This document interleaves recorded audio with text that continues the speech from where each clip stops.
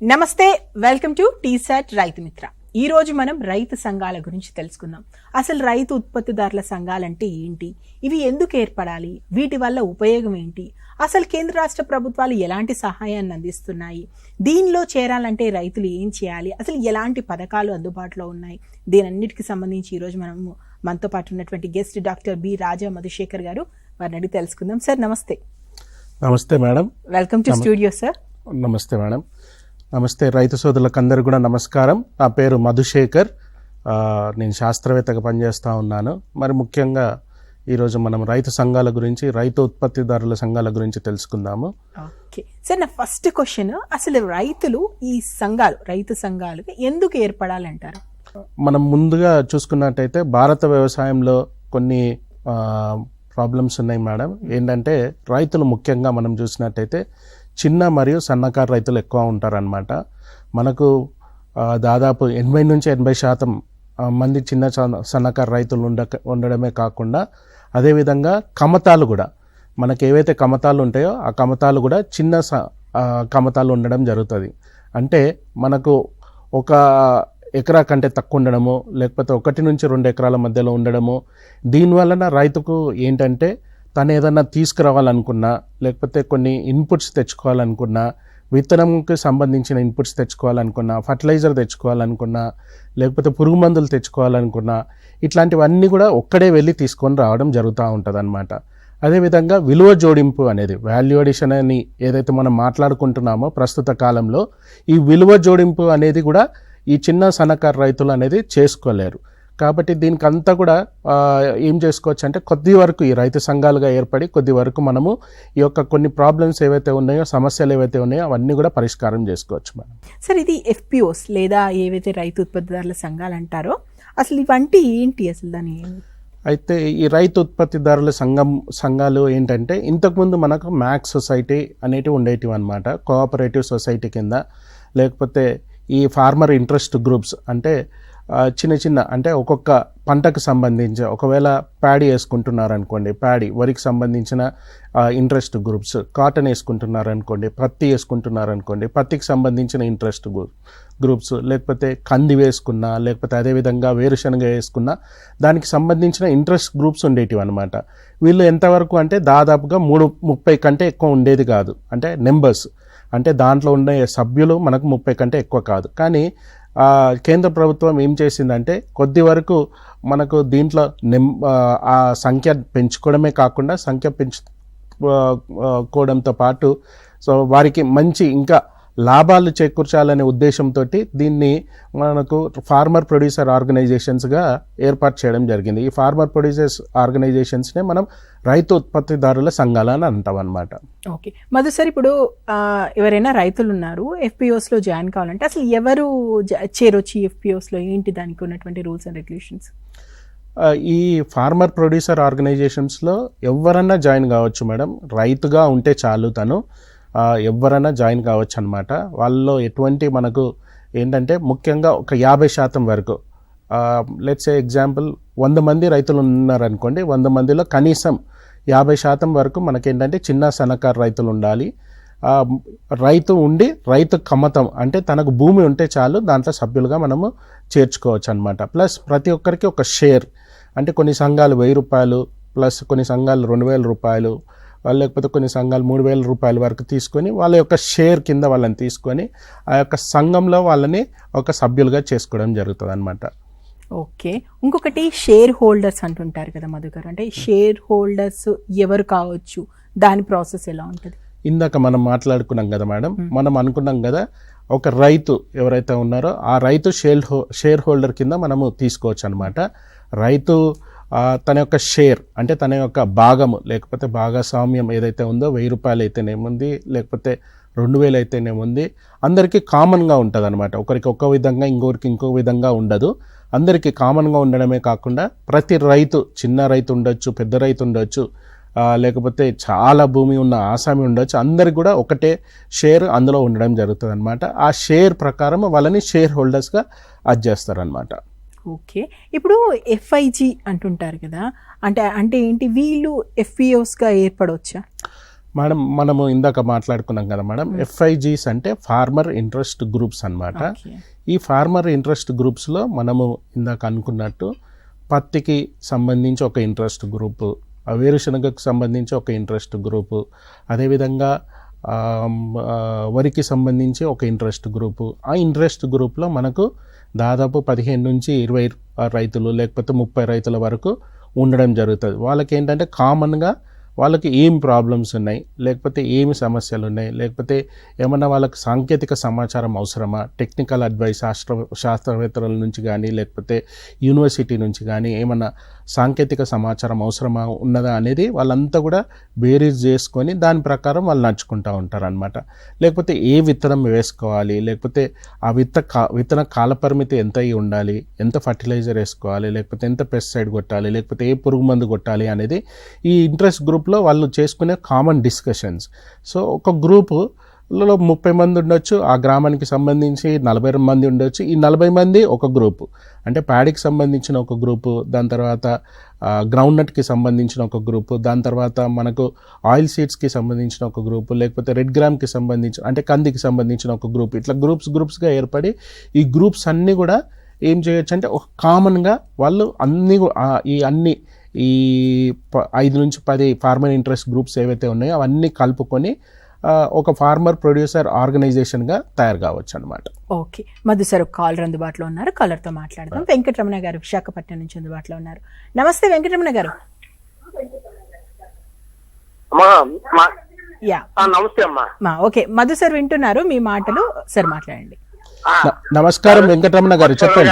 నమస్కారం. మీరు TV volume తగ్గించండి, డైరెక్ట్ ఫోన్ లో మాట్లాడండి. విశాఖపట్నం జిల్లా రావులంపాలెం గ్రామం. ఓకే, విశాఖపట్నం నుంచి కాల్ చేస్తాను. అడగండి, మీ ప్రశ్న అడగండి. వింటున్నాను వెంకటరమణ గారు, చెప్పండి, అడగండి.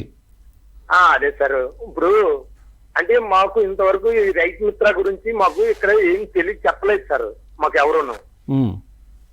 సార్ అది ఎలాగే ఏర్పడాలండి? యాక్చువల్గా దీనికి ఏంటంటే ఇంప్లిమెంటింగ్ ఏజెన్సీస్ అని ఉంటాయండి. ఒకటి నాబార్డ్ ద్వారా కానీ లేకపోతే SFAC ద్వారా కానీ ఈ యొక్క ఇంప్లిమెంటింగ్ ఏజెన్సీస్ అని ఉంటాయన్నమాట.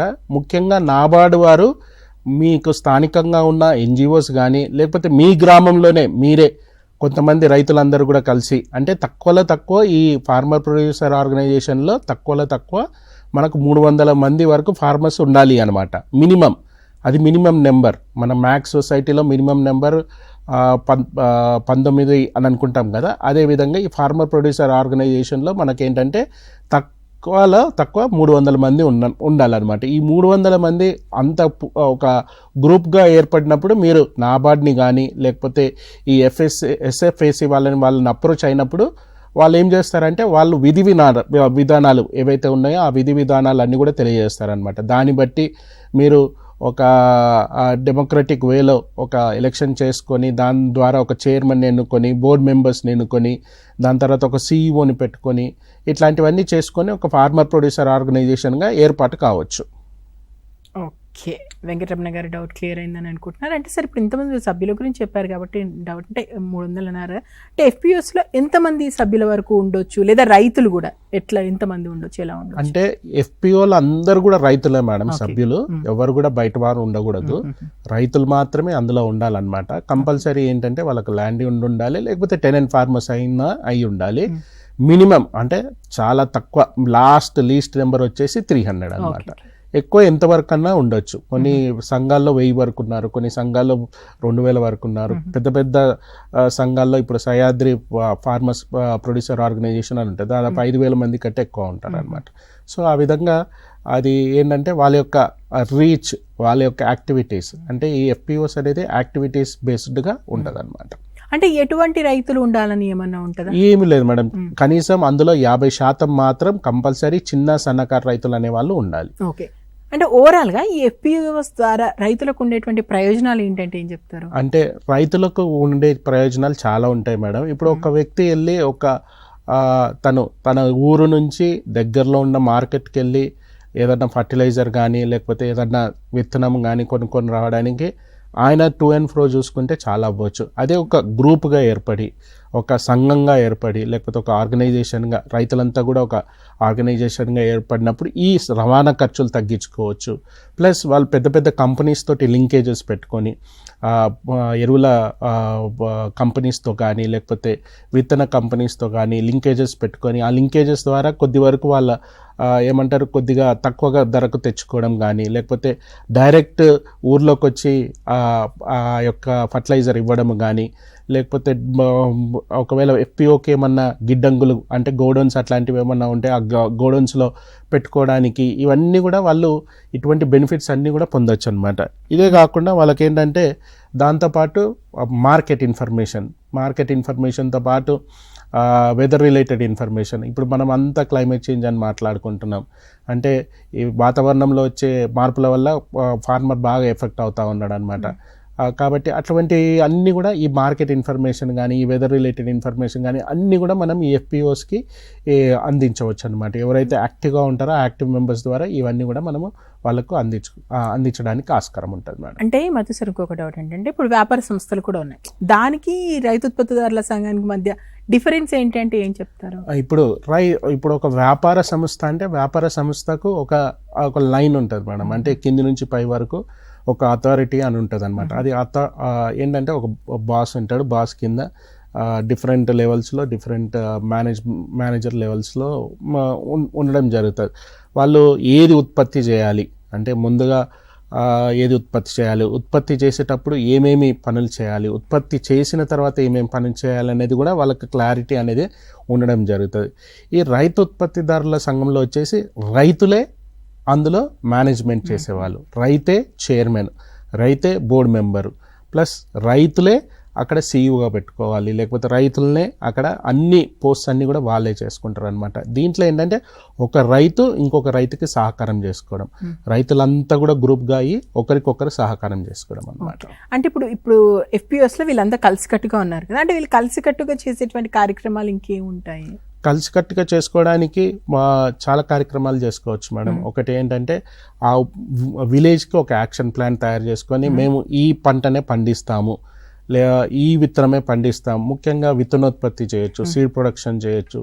పెద్ద ఎత్తున సీడ్ ప్రొడక్షన్ ద్వారా మామూలుగా ఉత్పత్తి చేసి అమ్మేదానికంటే సీడ్ ప్రొడక్షన్ ద్వారా ఎక్కువ లాభాలు ఆర్జించవచ్చు. ప్లస్ ఏంటంటే ఇది మా గ్రామంలో అవసరం, ఈ స్టోరేజ్ ఫెసిలిటీ కావాలి, లేకపోతే ఈ గిడ్డంగు కావాలి, లేకపోతే ఈ గోడౌన్ కావాలి అనేది వాళ్ళు ఏంటంటే అవన్నీ కూడా వాళ్ళు డిస్కస్ చేసుకొని వాళ్ళు కూర్చొని మాట్లాడుకొని ఒక యాక్షన్ ప్లాన్ లాగా చేసుకొని ఒక బిజినెస్ ప్లాన్ వేసుకొని ఆ బిజినెస్ ప్లాన్ ప్రకారం ఏం చేయొచ్చు అంటే ఇవన్నీ కూడా డెవలప్ చేసుకోవచ్చు అనమాట.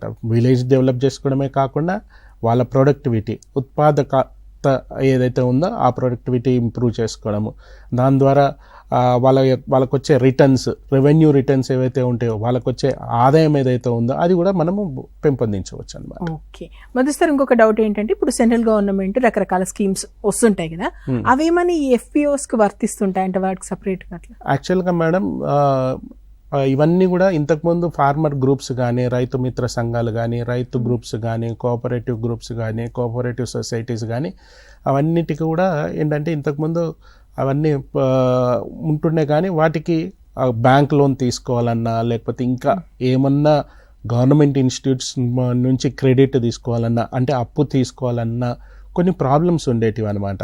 సో ఆ ప్రాబ్లమ్స్ అన్నీ కూడా తీసివేయడానికి గవర్నమెంట్ ఏం చేసిందంటే సెంట్రల్ గవర్నమెంట్ ఫిబ్రవరి 2020 అదేవిధంగా గత సంవత్సరం బడ్జెట్లో కూడా ఈ రైతు ఉత్పత్తిదారుల సంఘాలకు బడ్జెట్ అనేది కేటాయించడం జరిగింది. కేటాయించడమే కాకుండా కంపెనీస్ యాక్ట్ 9A ప్రకారం వాళ్ళు ఏంటంటే ఇది కూడా ఒక కంపెనీ లాగా రైతు ఉత్పత్తిదారులు కూడా ఒక కంపెనీ లాగా ఏర్పాటు చేసుకుంటే ఆ కంపెనీకి వాళ్ళు రిజిస్ట్రేషన్ ఇవ్వడం జరుగుతుంది అనమాట. రిజిస్ట్రేషన్ ఇవ్వడమే కావడమే కాకుండా గవర్నమెంట్ తరఫు నుంచి అంటే త్రూ బ్యాంక్స్ ద్వారా కానీ, త్రూ నాబార్డ్ ద్వారా కానీ, త్రూ SFAC ద్వారా కానీ ఏం చేస్తుందంటే అంత లెండింగ్ అనేది అంటే అప్పు అనేది ఆ క్రెడిట్ ఇవ్వడం కానీ ఇట్లాంటివన్నీ కూడా చేయడం జరుగుతుంది అనమాట. ఇది ఏంటంటే కొత్తగా అంటే రైతులని డెవలప్ చేయాలనే ఉద్దేశంతో ఇది తీసుకొని రావడం జరిగిందనమాట. దీనివల్ల రైతులకు చాలా లాభదాయకం, రైతులు వాళ్ళ యొక్క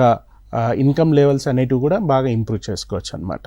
ఓకే, అంటే ఈ ఎఫ్పిఓస్ ఏర్పాటు చేయడానికి ఇంతకుముందు మనకు ఒక కాల్ అడిగారు, అంటే దోహదపడేటువంటి సంస్థలు ఏముంటాయి, వేటి ద్వారా ఎఫ్పిఓస్ ఏర్పాటు చేయొచ్చు? అట్లా కొన్ని ఇంప్లిమెంటింగ్ ఏజెన్సీస్ ఉంటాయి మేడం, కానీ మన రాష్ట్రంలో మాత్రం ఏంటంటే ఎస్ఎఫ్ఏసి, ఎన్సిడిసి, అదేవిధంగా నాబార్డ్, ఇవన్నీ కూడా మనకు ఈ ఇంప్లిమెంటింగ్ ఏజెన్సీస్ అని అంటారు అనమాట. ఈ ఇంప్లిమెంటింగ్ ఏజెన్సీస్ ద్వారా అక్కడున్న ఆ గ్రామము లేకపోతే 4-5 గ్రామాలు కలుపుకొని రైతులంతా కూడా ఒక గ్రూప్గా ఏర్పడి ఒక 300 కంటే ఎక్కువ ఫార్మర్స్ ఏర్పడి ఒక ఫార్మర్ ప్రొడ్యూసర్ ఆర్గనైజేషన్ అనేది ఒకటి ఏర్పాటు చేసుకొని, అది ఏర్పాటు చేసుకున్న తర్వాత వాళ్ళు నెక్స్ట్ వాళ్ళు ఏమంటారు, వాళ్ళే ఎలక్షన్స్ పెట్టుకొని, వాళ్ళే స్వచ్ఛందంగా సభ్యత అనేది పెట్టుకొని, దాని తర్వాత ప్రజాస్వామ్య పద్ధతిలో సభ్యులచే నియంత్రణ అనేది చేయడము, అట్లా అదేవిధంగా ఎలక్షన్స్ అనేది పెట్టుకోవడం, ఎలక్షన్స్ అని పెట్టుకొని వాళ్ళు ఏంటంటారు మెంబర్స్ని ఎలక్ట్ చేసుకొని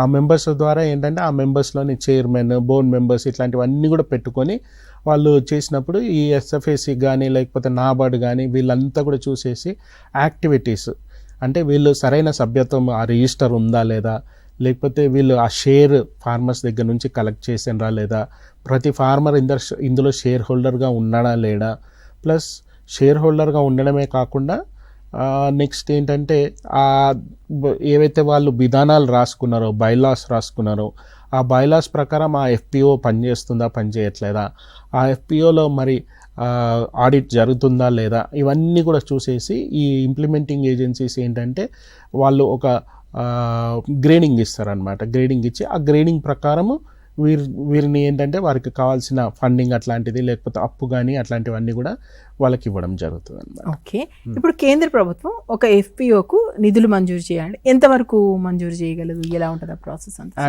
ఒక ఎఫ్పిఓకు 3 సంవత్సరాల వరకు అంటే 3 ఇయర్స్లో వాళ్ళు 18 lakhs వరకు 18 లక్షల వరకు ఒక ఎఫ్పిఓకు ఇవ్వడం జరుగుతుంది అనమాట. ఎస్, అదేవిధంగా మ్యాచింగ్ గ్రాంట్ ఫండ్ అంటుంటారు, అంటే ఏంటి అసలు? అంటే ఇప్పుడు ఒక ఎఫ్పిఓలో సభ్యులు ఉన్నారనుకోండి, నేను ఒక సభ్యుని అనుకోండి, లేకపోతే ఒక 5,000 మంది సభ్యులు ఉన్నారనుకోండి, 5,000 సభ్యుల మందికి ఏంటంటే ఒక్కొక్కరికి 2,000 చొప్పున, అంటే వారు ఏమన్నా స్ట్రక్చర్స్ అంటే డెవలప్ చేసుకోవడానికి ఒక స్టోరేజ్ యూనిట్ కానీ లేకపోతే ఒక గోడౌన్ కానీ లేకపోతే ప్రాసెసింగ్ ప్లాంట్ కానీ ప్రాసెసింగ్ యూనిట్ కానీ వాల్యూ అడిషన్ యూనిట్ కానీ లేకపోతే గ్రేడింగ్ యూనిట్ కానీ ఇట్లాంటివి ఏమైనా డెవలప్ చేసుకోవడానికి ఇట్లాంటివి ఏమైనా పెట్టుకోవడానికి ఈ మ్యాచింగ్ గ్రాంట్ అనేది సభ్యునికి ఒక షేర్ హోల్డర్కి 2,000 రూపీస్ చొప్పున మ్యాక్సిమం 15 లక్షలు 15 lakhs వరకు ఈ యొక్క సెంట్రల్ గవర్నమెంట్ నుంచి ఇవ్వడం జరుగుతుంది. అదేవిధంగా క్రెడిట్ గ్యారంటర్ ఫండ్ అని కూడా అంటుంటారు కదా, దానికి సంబంధించి ఎలా ఉంటుంది? ఈ క్రెడిట్ గ్యారంటీ ఫండ్ అంటే ఏదన్నా పెద్ద ప్రాజెక్ట్ ఒకటి ఒకవేళ తీసుకుంటే ఆ పెద్ద ప్రాజెక్ట్లో ఈ క్రెడిట్ గ్యారంటీ ఫండ్ అనేది ఉంటుందన్నమాట మేడం.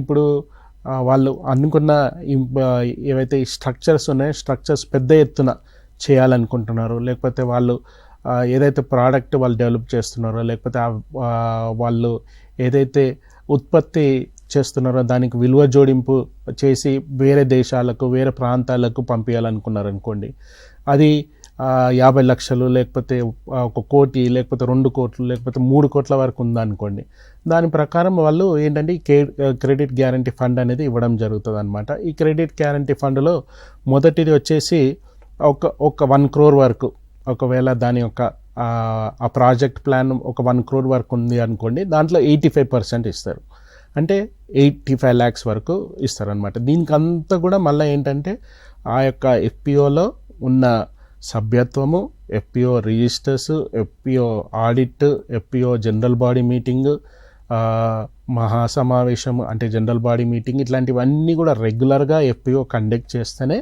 ఆ గ్రేడింగ్ ప్రకారం వారికి ఇవ్వడం జరుగుతుంది అనమాట.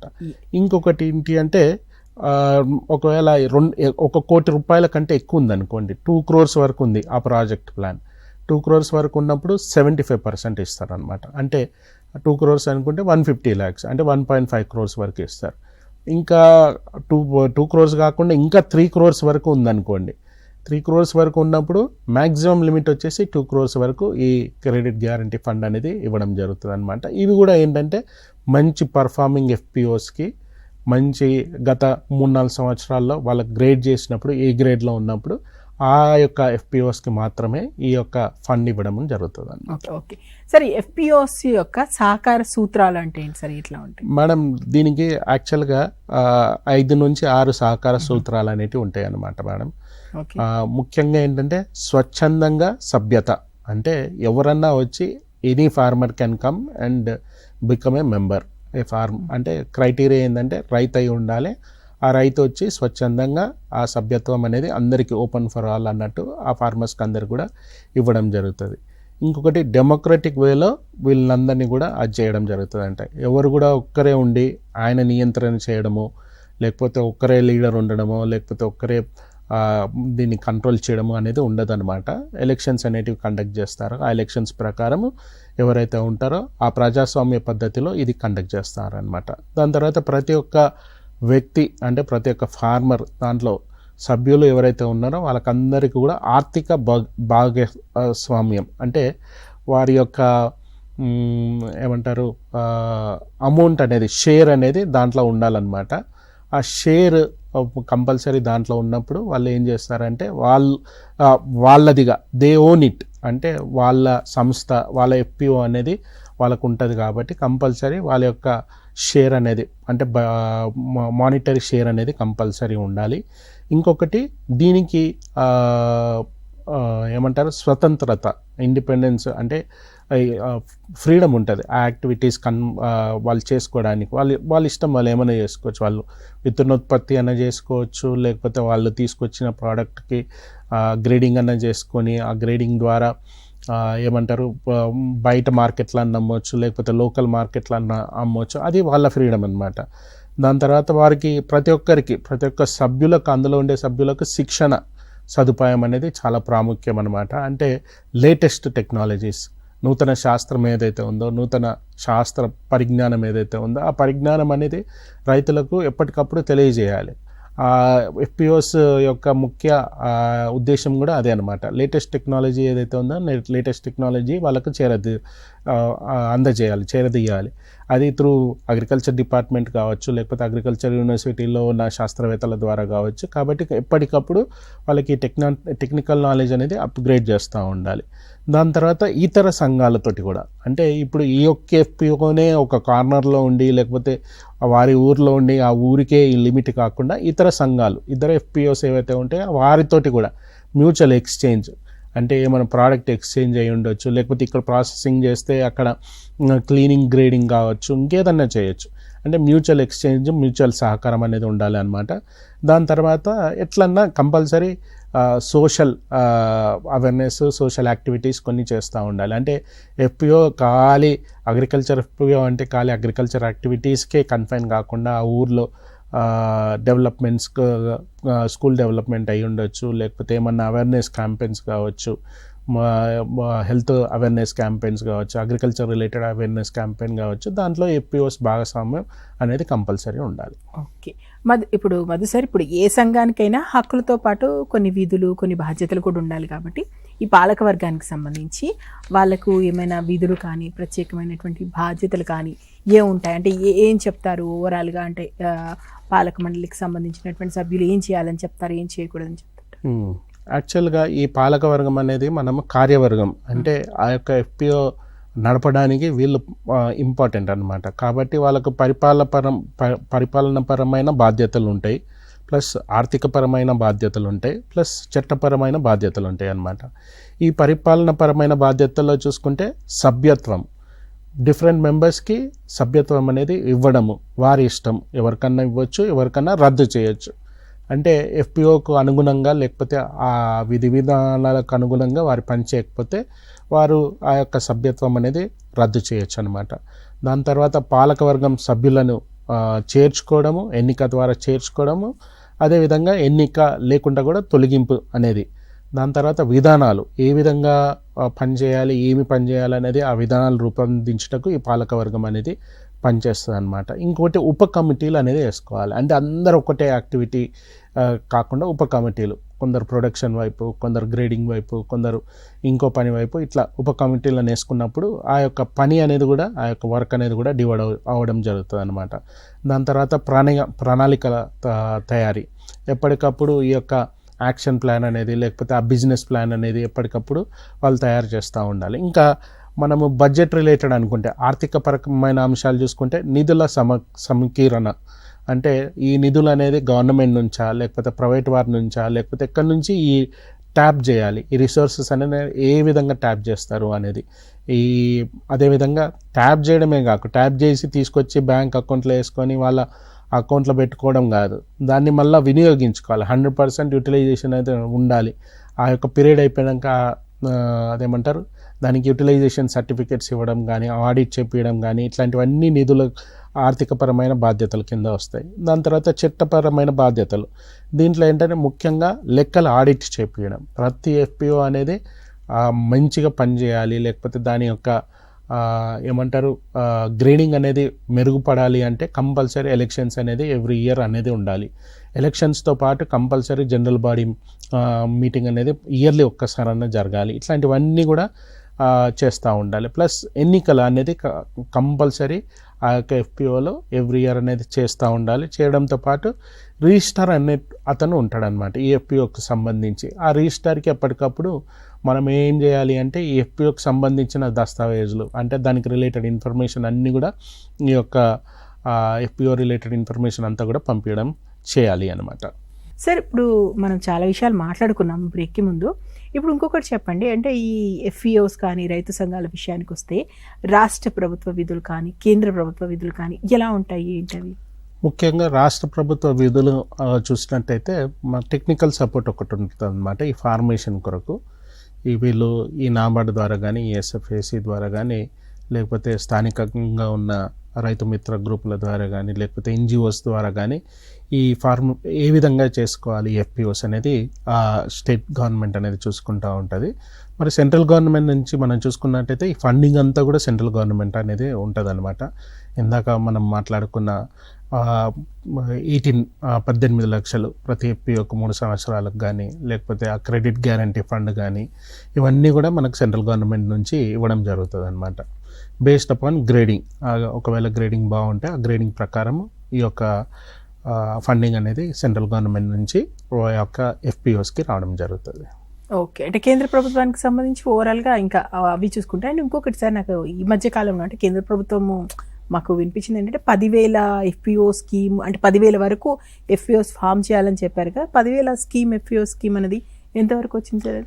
యాక్చువల్గా ఈ యొక్క ఫిబ్రవరి 2020 బడ్జెట్లో, అదేవిధంగా ఫిబ్రవరి 2023 బడ్జెట్లో ఈ యొక్క దశ అంటే 2030 వరకు ఈ 10,000 ఎఫ్పిఓస్ అనేది వివిధ రంగాల్లో, అంటే అగ్రికల్చర్కి సంబంధించి వివిధ ఏరియాస్లో భారతదేశం మొత్తం ఏర్పాటు చేయాలనే ఉద్దేశంతో ఈ యొక్క స్కీమ్ తీసుకుని రావడం జరిగిందనమాట. ఈ స్కీమ్లో భాగంగా దాదాపు 6,800 కోట్లు బడ్జెట్లో కేటాయించడం జరిగింది ఓవర్ 3 years పీరియడ్. ఇప్పుడు మనం 18 lakhs అనుకుంటున్నాము, 15 lakhs అనుకుంటున్నాము.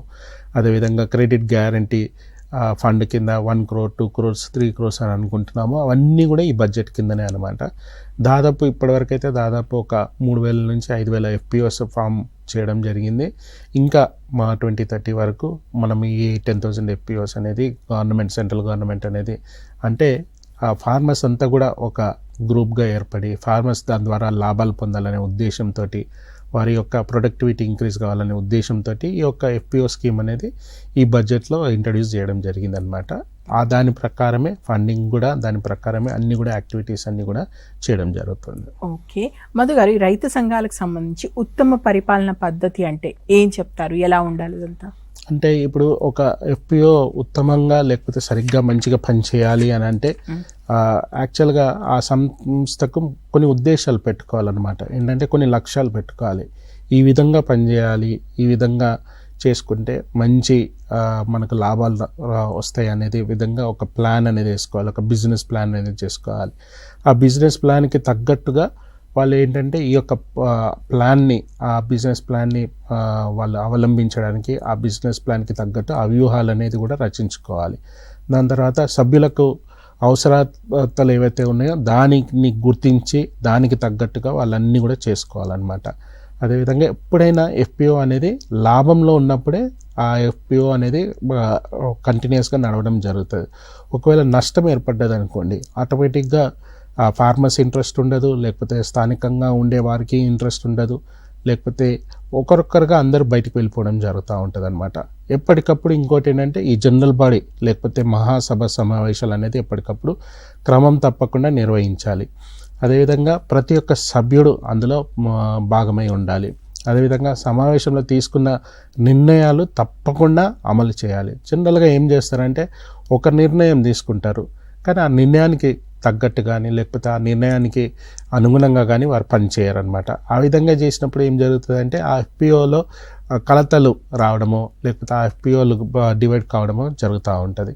అదేవిధంగా కొన్ని పద్ధతులు అంటే అగ్రికల్చర్ రిలేటెడ్ న్యూ టెక్నాలజీస్ కానీ కొత్త పద్ధతులు కానీ ఆ విధానాలని ఏంటంటే ఎప్పటికప్పుడు వాళ్ళు అవలంబించుకోవాలి, ఎప్పటికప్పుడు వాటిని అడాప్ట్ చేసుకోవాలి. అడాప్ట్ చేసుకుంటేనే వాళ్ళకి ఏంటంటే ఈ లాభం అనేది జరుగుతూ ఉంటుంది అనమాట. ఇంకొకటి ఏంటంటే ఆడిట్ అనేది క్రమం తప్పకుండా చేస్తూ ఉండాలి. ప్రత్యేకంగా ఏపీఓస్లో జరిగేది ఏంటంటే ఈ ఫైనాన్షియల్ మిస్మేనేజ్మెంట్ అనేది బాగా జరుగుతూ ఉంటుంది అన్నమాట.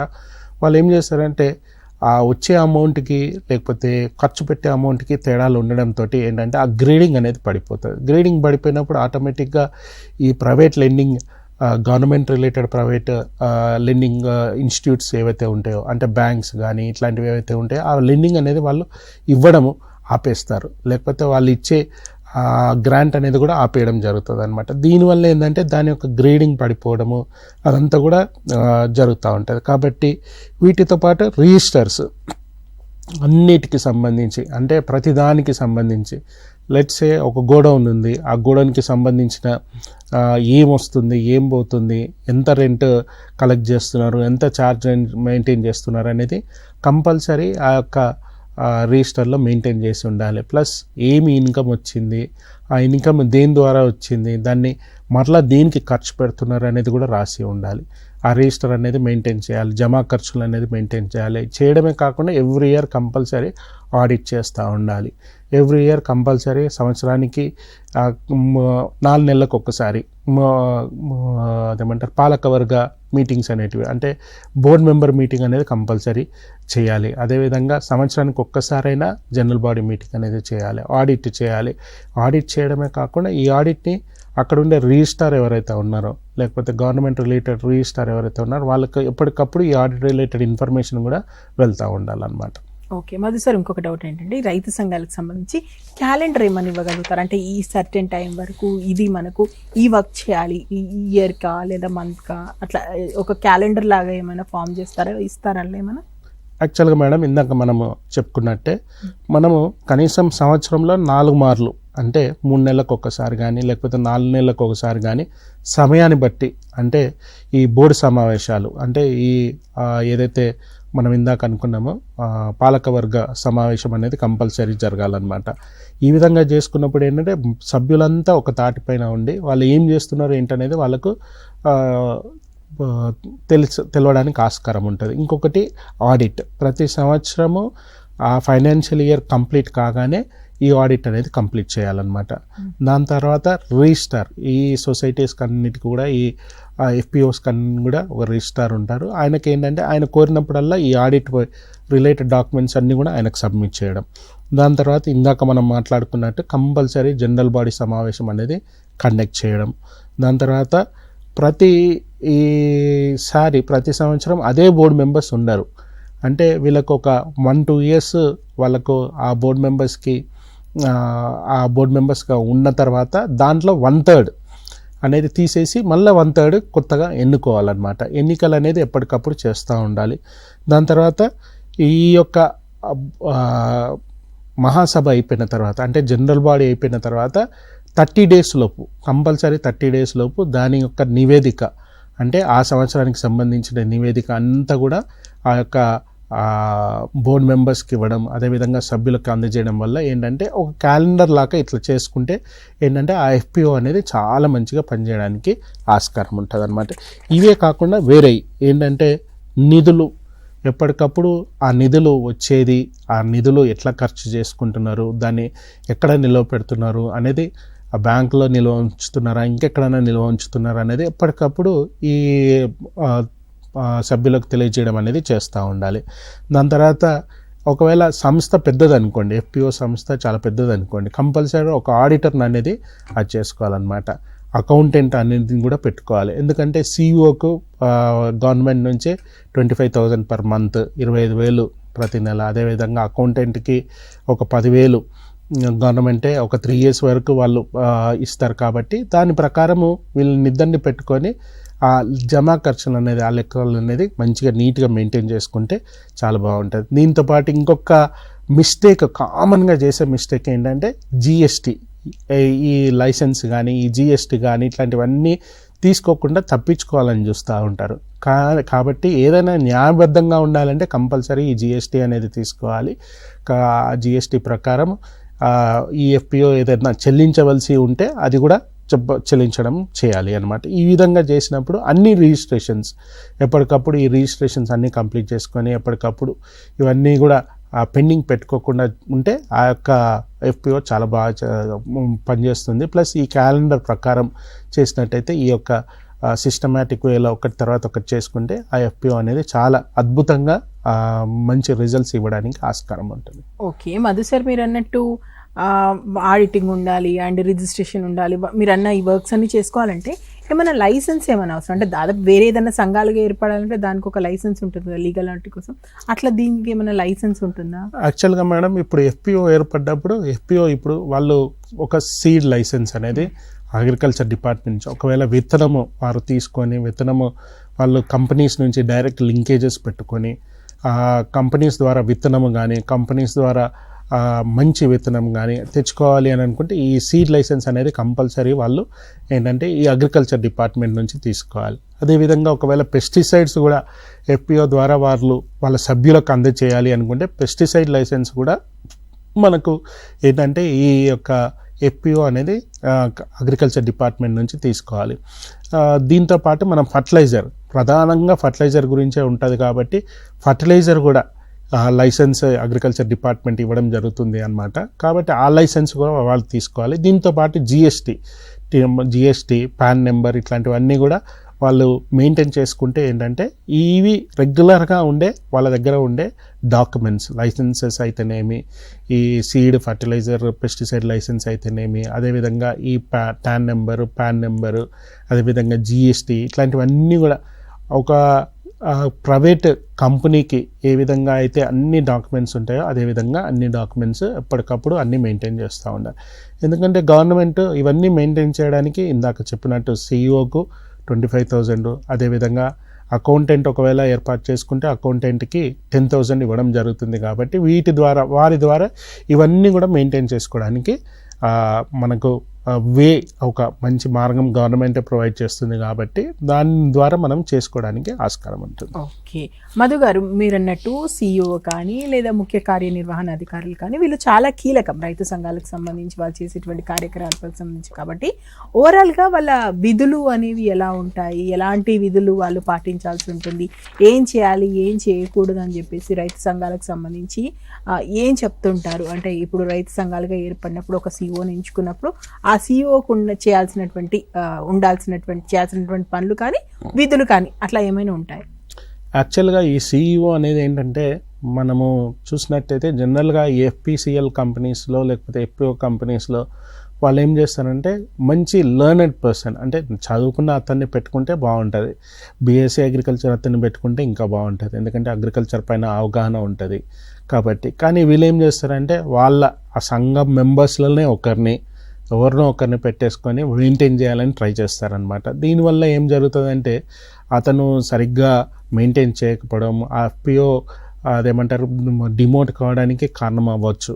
కాబట్టి ఈ సిఇఓ ఏంటంటే ఈ ఏదైతే కార్యవర్గం ఉంటుందో ఆ బోర్డు మెంబర్స్ ఉంటారో ఆ బోర్డు మెంబర్స్కి జవాబుదారీతనం అంటే అకౌంటబిలిటీ ప్లస్ బాధ్యతగా అన్ని ఏవైతే బిజినెస్ ప్లాన్ లేకపోతే ఏవైతే ప్లాన్స్, ఏవైతే ప్రణాళికలు వీళ్ళంతా రచించడం జరుగుతుందో అవన్నీ కూడా కంప్లీట్ చేయడానికి ఈ సిఇఓ అనేది చూసుకోవాలన్నమాట. చీఫ్ ఎగ్జిక్యూటివ్ ఆఫీసర్ అంటాం కదా, ముఖ్య కార్యనిర్వహణ అధికారి అంటాం కాబట్టి ఈ మేనేజర్ లేకపోతే మేనేజర్ అంటాం ఈయనని.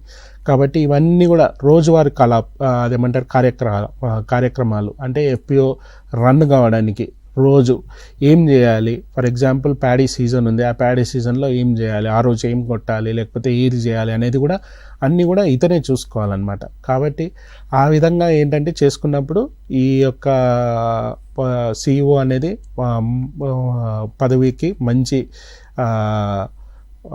అదేమంటారు ఎఫ్పిఓకు ఉపయోగపడుతుంది. కానీ వీళ్ళు ఏం చేస్తారంటే వాళ్ళని పెట్టుకోకుండా మంచి లెర్నెడ్ పర్సన్ని పెట్టుకోకుండా చదువుకున్న అతన్ని పెట్టుకోకుండా ఏం చేస్తూ ఉంటారంటే ఆ రైతులనే ఒకరిని పెట్టుకోవడం జరుగుతుంది అనమాట. పెట్టుకోవడం వల్ల ఏం జరుగుతుంది, వాళ్ళు సరిగ్గా అకౌంట్ మెయింటైన్ చేయకపోవడము లేకపోతే ఈ తర్వాత చేద్దాం అనేది పోస్ట్పోన్ చేయడము ఇట్లాంటి కార్యక్రమాలు అన్నీ చేస్తూ ఉంటారు. కాబట్టి దాని ద్వారా ఏం జరుగుతుంది అంటే ఈ యొక్క సిఇఓ ఏదైతే ఉన్నాడో సిఇఓ పోస్ట్ అనేది సరిగ్గా ఉండకపోవడం వల్ల ఆ ఎఫ్పిఓకు ఇందాక మనం మాట్లాడుకున్నట్టు డిమోషన్ కానీ లేకపోతే గ్రేడింగ్ సరిగ్గా లేకపోవడం అనేది జరుగుతుంది అనమాట. కాబట్టి ఒక ఎఫ్పిసిఎల్ లేకపోతే ఎఫ్పిఓ అనేది మంచిగా పనిచేయడానికి బెస్ట్గా పనిచేయడానికి సిఇఓ చాలా కీలకం.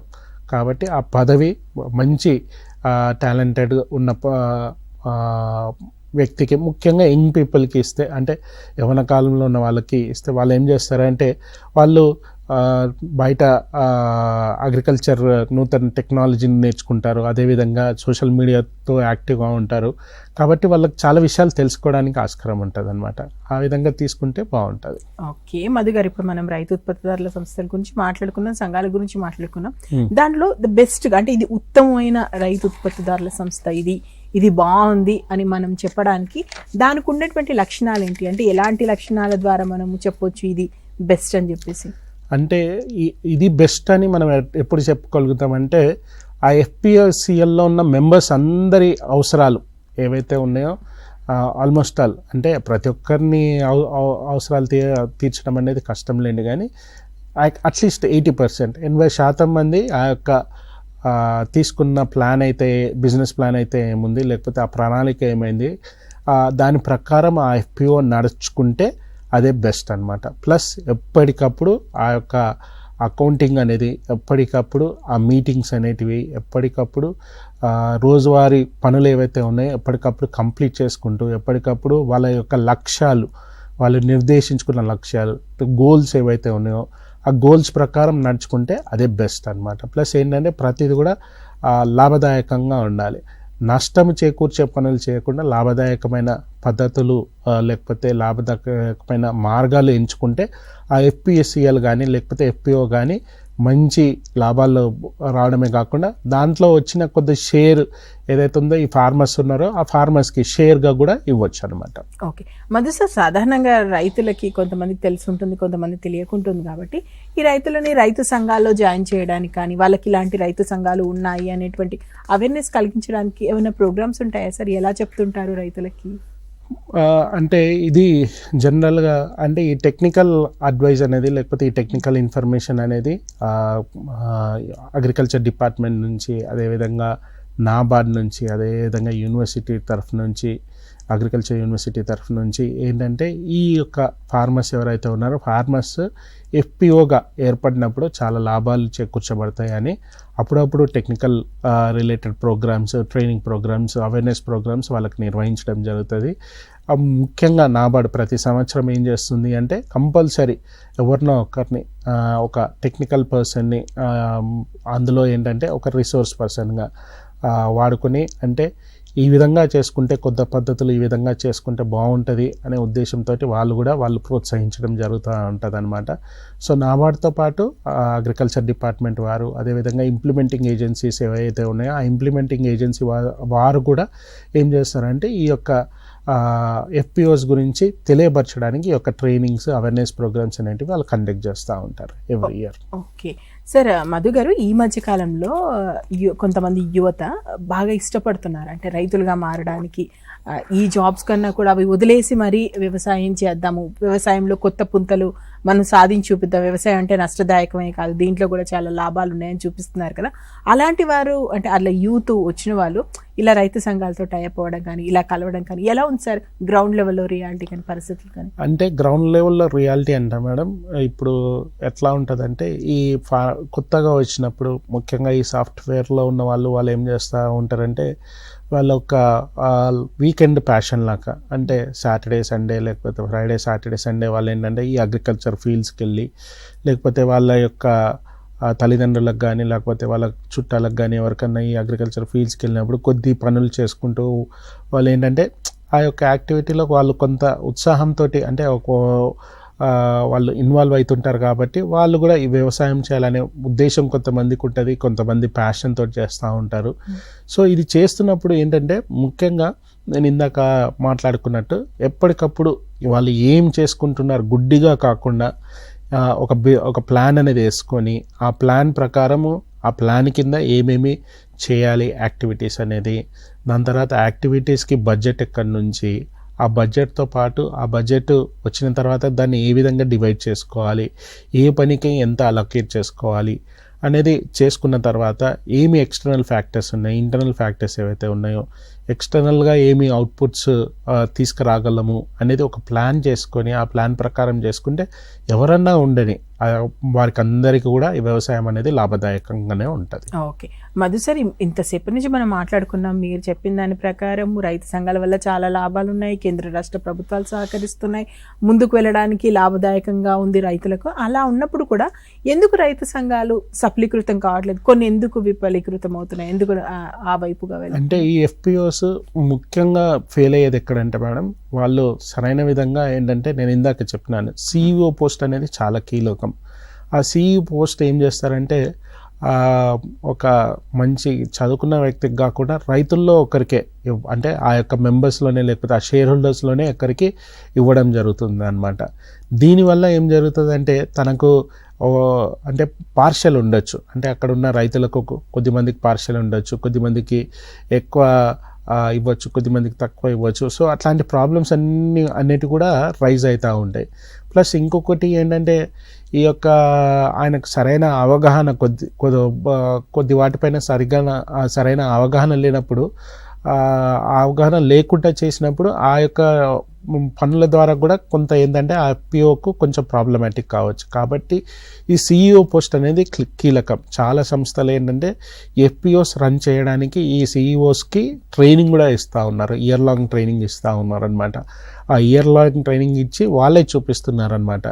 బీఎస్సీ అగ్రికల్చర్ స్టూడెంట్స్ కానీ లేకపోతే డిగ్రీ చేసిన వాళ్ళని కానీ వీళ్ళు ట్రైన్ చేస్తూ ఈ ఎఫ్పిఓలో ఈ సిఇఓ పోస్ట్ ఖాళీగా ఉంది, మీరు వెళ్ళి అప్లై చేసుకోండి అని వాళ్ళు తెలియపరుస్తూ ఉన్నారనమాట. ఆ విధంగా ట్రైన్డ్ పర్సన్ని తీసుకున్నట్టయితే ఏంటంటే నేను చెప్పినాను కదా ఇందాక, వాళ్ళు సోషల్ మీడియాలో యాక్టివ్గా ఉండడము, కొత్త పద్ధతులు తెలుసుకోవడము, ప్లస్ కొత్త విధానాలు తెలుసుకోవడం, అవే విధానాలు తోటి రైతులకు అందజేయడం. దీని ద్వారా ఏంటంటే వారికి జీవనోపాధి ఉంటుంది. అంటే ఎందుకంటే సిఇఓకు మంత్లీ 25,000 అనుకున్నాం కాబట్టి గవర్నమెంట్ ఇస్తుంది అని చెప్తున్నాం కాబట్టి ఆ 25,000తో పాటు వారికి ఒక ఉపాధి ఇచ్చినట్టే ఉంటుంది. అదేవిధంగా వాళ్ళు కొత్త పద్ధతులు ఏవైతే ఉన్నాయో అవి రైతులకు తెలియజేయడానికి కూడా ఎటువంటి ఇబ్బంది లేకుండా వాళ్ళు తెలియజేస్తారనమాట.